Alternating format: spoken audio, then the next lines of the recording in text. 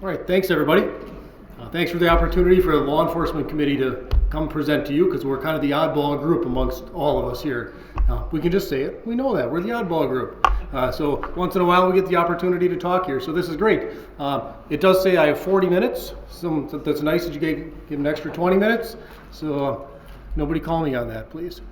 So I'm Bob Strauss from Wisconsin DNR, and I'll be one of three of us talking up here today. We're going to talk about the Law Enforcement Committee, just very shortly talk about it, and then give a bunch of examples about organisms and trade case studies and things that we see out there. So our responsibilities, basically, to sum it up, is to work together amongst all the states, the tribal entities, and the federal agencies amongst the Great Lakes, just as you do. The difference with us is that we'll say our suspects and our targets transfer around, go from state to state. Much like fish species might move from one lake to another, our bad guys and gals move around the system also, moving product and commerce. So having those relationships with our sister agencies and our law enforcement staff in other states or provinces is important for finding those people and catching them. Over the last 5 to 6 years, but building up to that over the last 10 years, we've recognized that our enforcement efforts in the Great Lakes have moved away from sport fishing type enforcement work. At least the majority of stuff that we see as impactful to conservation has moved away from that, we'll say, lower level sport fishing enforcement. Although it's important, it doesn't have the same conservation effect as larger scale commerce issues. So when we're seeing industries move products around, or large scale illegal harvests or large scale illegal sales, those are making a lot bigger impact than, say, a sport fisher that caught 5 fish over their limit. 5 fish, 50,000 pounds of fish. We kind of know which one's having a larger impact. So our efforts have worked towards looking at those topics a little more. And those industries are not just what you might jump to and think of like a commercial fishing industry or charter fishing industry or guides, something that is large scale harvest. There's a lot of tertiary industries that are involved in trade and commerce, whether it's fish that are commercially harvested, or whether it's the trade of invasive species that are impactful to the Great Lakes.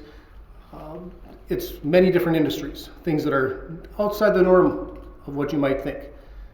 Things like wholesalers, or the bait industry, or the pet industry, an aquarium trade. A lot of different industries here. Historically, we've all worked in silos. And a lot of us, if we're honest, continue to work in silos. And we've worked at changing that over time. There shouldn't be law enforcement staff and fishery staff and invasive species staff and whatever you have for other programs within an agency that never talk to each other or figure out how they need to support each other. We need to continue to work on that so we can tackle these issues. So just some examples of some of these different industries in these cases. So this is an invasive crayfish case that involves several states, mainly Wisconsin and Illinois. So this was a large-scale wholesaler out of Illinois who was bringing in hundreds of different invasive crayfish into Wisconsin after numerous times of educating them about what the laws are. We don't want red swamp crayfish in our state. We don't want marbled crayfish. We don't want other invasive crayfish, because ultimately, one out of some number gets dumped in the pond. And now we start a new population of something.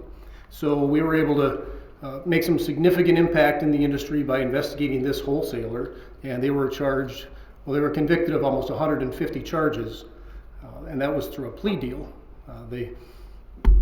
Very significant, and they distribute throughout the Great Lakes states. An invasive carp case, again, that involves several different states, Wisconsin, Illinois, and Iowa. So we have a Wisconsin fish farmer who also is a wholesale fish dealer who would travel to west central Illinois, to the heart of invasive carp country, take 2,000, 2,500 pounds of big head silver and grass carp at a time, and then distribute them throughout Illinois and into Wisconsin. at various retail facilities. They were freshly caught. It's not as though they were filleted or anything. They're fresh off the boat, and within 30 minutes they're being delivered somewhere. Or at the outer end of it, within 10 hours they're being delivered somewhere. And that went on for quite a while. So make a large route around those communities. When we looked into it, there was over 98,000 pounds a year that he would harvest or purchase from commercial fishers and then deliver. And a lot of his records, we couldn't tell what happened to the fish. And in fact, like auditing all of the information from his records showed that he was lying on his taxes and had 28,000 pounds of invasive carp per year that we could not account for. We don't know what happened to him. Fact is, he's a fish farmer. The fact that he has clients that have ponds and such, we don't know what happened to those things. So just something that could be extremely impactful to all of our waterways. He ended up being convicted of 19 charges, and he was a small-time individual operator, so 19 charges and $13,000 in fines is quite significant for someone acting independently like that. Marbled crayfish case, self-cloning marbled crayfish. That's the worst kind of crayfish that we've run into, as opposed to having to have two red swamps, a male and a female, or that get dumped in the same pond and repopulated somehow. With these, you need a single marbled crayfish to start an entire new population. So we, as a law enforcement committee, did some outreach to this industry about the species, so they weren't dealing or selling these or raising them. And then we ended up investigating this particular distributor out of Green Bay, Wisconsin, convicted him, and found that he was transferring product all around the country to like 15 different states. So we worked with some of those states, gave them leads, and Ohio in particular took this case and it skyrocketed. So they ended up finding like 36 states or 35 states in a U.S. territory where the supplier from that state ended up shipping them all around the country, even more so than we found our supplier was shipping them. So far there's been numerous convictions in different states and in federal court against the distributors of the individuals raising these things. Live crayfish, red swamp crayfish for crayfish boils. Sad to say that a few of our states have pretty much put an end to this process around the Great Lakes from some of the convictions we've gotten so far. So this was another example of a company that we reached out to as a law enforcement committee and said, you can't ship these to most of our states. Please reach out to our states, see if you can actually ship there. Example of the letter that we sent out as outreach. And yet they continue to ship them to our state and to other states. That's pretty darn big crayfish. You don't want those populating your local waterways. And it's not just that they are being eaten, they are getting released. Time and time again, we're finding that releases that are being reported by the public are associated with deliveries of these products. So here's one that was 300 and some feet away from one of the places that was ordering them, just wandering the street. So they ended up getting convicted on 10 counts and like $35,000 in penalties on criminal convictions. I am going to shut up because I'm taking up too much time and have my counterpart come on.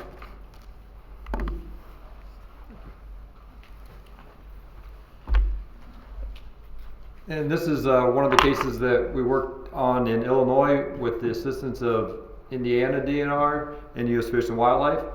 This particular commercial fisherman was willing to sell live invasive carp to undercover officers. The picture is taken from me and another officer that we were on an island on the river, and so we could videotape and take pictures, but this was very time consuming. And I remember one of the comments that the individual said was, once they're on your truck, they're yours. I have nothing to do with it. Well, unfortunately, the law says you can't possess, sell, buy, transport live injurious species, but ultimately that fisherman was charged with a Class 3 felony and then convicted in court. I think he pled it down to a Class A misdemeanor. It's just one example. That's in an enclosed box truck. You would never know that that was hauling live Asian carp. They're pumping water from the river into the live tanks in that case. Ethnic grocery stores selling, if it's being sold in your stores, there's a high probability that it's ending up in your waterways, and I'm going to show you that in the next couple of slides. This is a case of oriental weatherfish found in one of our markets, and we worked with New York, and we're able to not only stop them from being sold in their stores in Illinois, but go all the way up to the supplier, all the way up the ladder to prevent future shipments into the state. And we worked with the Field Museum and the University of Chicago to identify these species for court purposes. This is a merit release, is what I was talking about earlier. I've dealt with 5 of these personally, where people have gone to the stores and bought any type of live aquatic species and then dumped them in lakes, rivers, ponds, including the Chicago River. And they're doing that part of their religious beliefs. And my interviews with these people is they don't know what the species are, they don't really care, they're just buying them and then dumping them into our waterways. Can you try to play the video on that one? Yes. 就像大城，对。 Those were tilapia and largemouth bass. And after tracing that back to the store, finding their records, setting up surveillance on that store, I was able to catch the fish hauler, who later admitted to bringing in the untested largemouth bass that were not tested for VHS disease. He had several permit issues and whatnot. And so those are the type of things that are getting released into our waterways. This one right here is it's hard to see, but it's 4 or 5 individuals. They've parked their car up in the parking lot. They bought almost $5,000 worth of various aquatic life from a grocery store and then went and dumped it in the Chicago River. And we were able to, our officers did a phenomenal job of figuring out who owned this vehicle. We went back and it was registered to someone who is the manager of a Buddhist shrine, and we interviewed her, and she says we had no idea it was wrong. We do this 4 to 5 times a year. People come from all over the United States to donate money. When we get enough money, we buy aquatic life and we dump it in the waterways. We put her in touch with some of our outreach specialists with AIS to change those behaviors, but those are just the ones that we know about. Another example, this was a small case I worked on, live zebra mussels for sale on Craigslist. So that was right in the town next to where I live. The guy bought aquarium rocks in Chicago. They had these hitchhikers on them. He loved it. They kept his aquarium clean and wanted other people to enjoy them as well. When I bought them from him and the officer showed up in a marked squad, he handed me back the money like nothing happened. So. Fish hauler cases, we've had, especially in Chicago, we have fish haulers coming from all over, and we are inspecting trucks. We found this truck to be delivering live diploid grass carp. They're supposed to be triploid when they enter Illinois, and he had various other license and permit issues, ultimately convicted and fined $25,000. Bait industry, a guy from Kentucky was willing to sell live rusty crayfish, which are injurious in Illinois. We contacted him acting like we were wanting to buy bait, and he knew it was illegal but still sold to us. He was convicted and charged federally, and I'm going to pass it on to Ron here.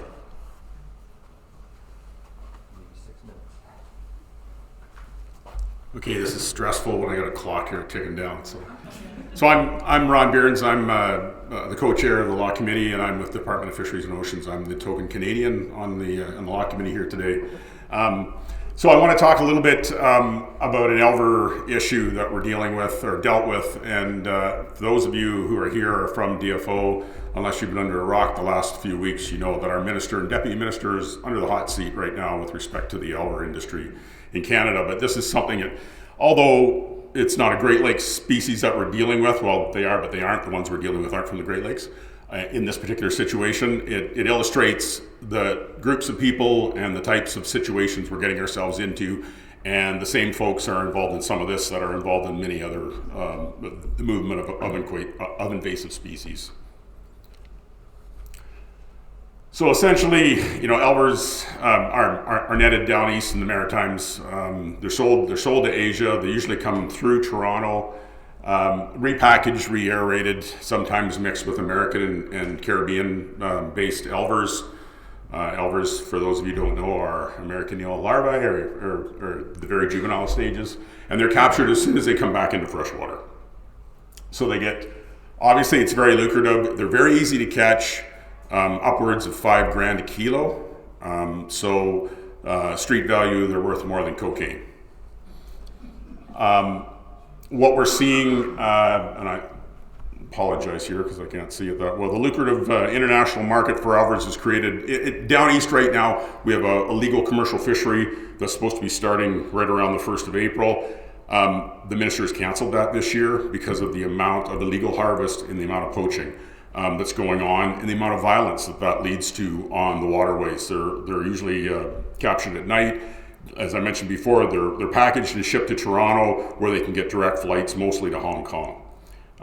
But you can see that just even some of the intel we've done over the last couple of years, that like the volume of Elvers that are leaving the country far exceed the legal limit that's supposed to be caught in this country. And when I say this country, I mean on the Canadian side. And that's further compounded by the fact you're dealing with Caribbean and American Elvers coming in and being mixed in as well. So in this particular situation, it dates back to 2020, but essentially our Maritimes Enforcement Unit and ourselves here in Ontario, I apologize, I'm not in Ontario, but it feels like home. We were contacted by a multi-agency law enforcement group who were dealing with some folks that they had been working on for a long time. They thought they were moving in to make a bust on a drugs or firearms shipment coming into Toronto. They got in on it and realized that they were Elvers and they didn't know what to do. So they came to us, asked us to get involved. We worked quickly to get a warrant overnight to go in. They held the location for us and we seized roughly $250,000 worth of Elvers. There was 2 folks at the site that were arrested at that time frame, later released. Both of them were Chinese nationalists, so they weren't Canadians. They're a long way from the people who were in charge. They just happened to be the people doing the delivering and working at the site and actually working with these Elvers. In these situations, we seized $750,000 worth of Elvers. Nobody came forward to claim them, so they were all illegal Elvers. And when the fact that someone's willing to walk away from $750,000, that gives you a bit of context into what kind of lucrative business this is, we've got going on here. The 2 individuals were charged. One has since left the country and gone back to China. The other is deceased. And this is just a few shots of the officers during the seizure.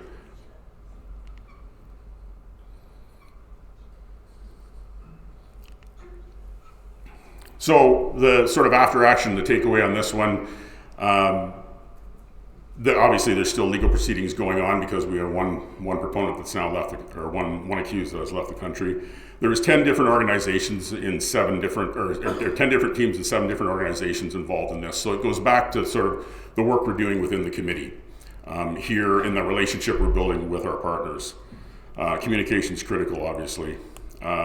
Currently, we have ongoing activities now throughout the province of Ontario dealing with maritime-focused Elvers. Right now, there's all kinds of illegal fishing going on down east that's just starting this year, but it gives you some context into the types of individuals, organized crime, guns, drugs, human trafficking. Those same organizations are involved in some of this trade as well. So that's a bit of a snapshot. Just going back to stuff Bob was saying earlier in regards to sort of what drives sort of the work we do with the committee.